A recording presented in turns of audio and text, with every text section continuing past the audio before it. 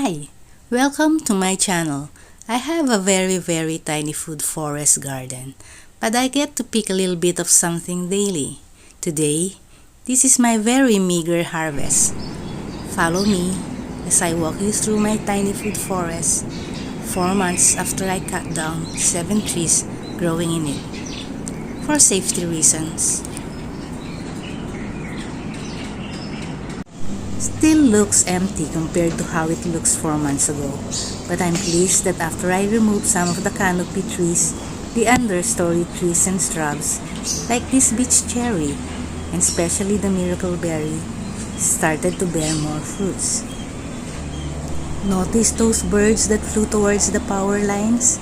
They're here for the miracle berries.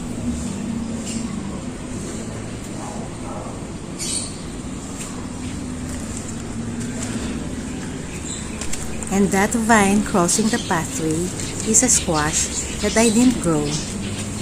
It just grew itself from a seed that might have grabbed there from my compost. Lots of flowers daily that I get to pick and eat. What's amazing is that even without much care, my volunteer squash volunteered the fruit right under those foliage. Hopefully, no critter picks it ahead of me.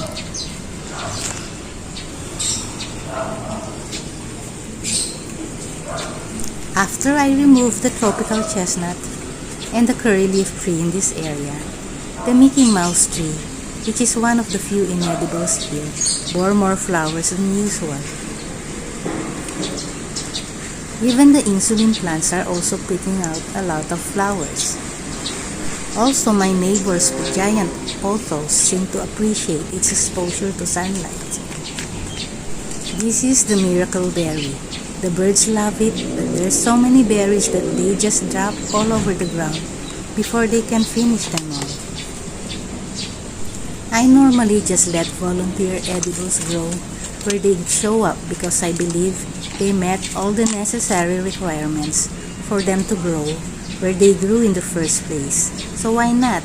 But some grow in the wrong part of the garden. That's when I remove or move them.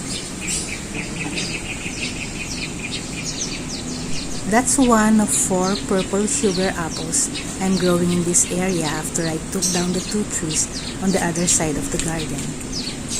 And this is a cedar bay cherry that is currently fruiting, and I get to pick from it daily.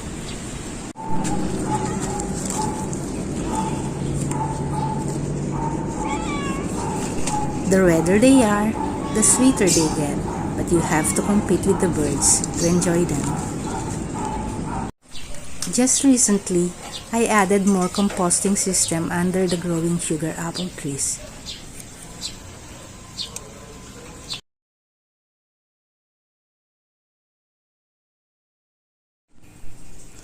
This is where I used to have a guava, calamansi, pomegranate, sugar apples, and a dragon tree.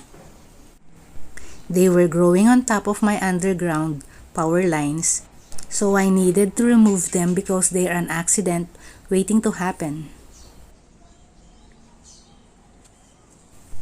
What was left was mostly edible perennials like katuk, ferns, insulin, and red button ginger plants.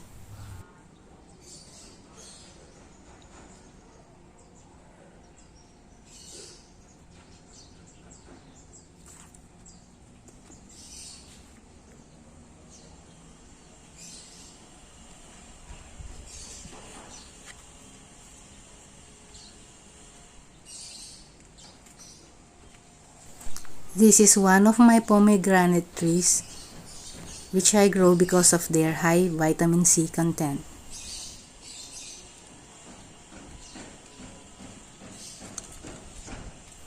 I also have quite a few pineapples in this area, and one grapevine that I grew from a cutting.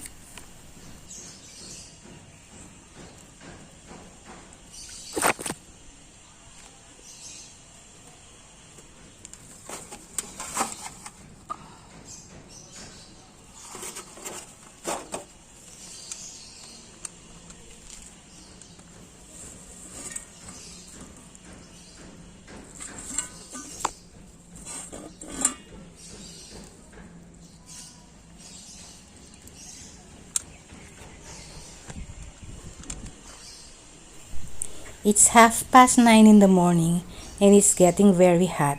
But before getting back inside, I'll check on my compost bin.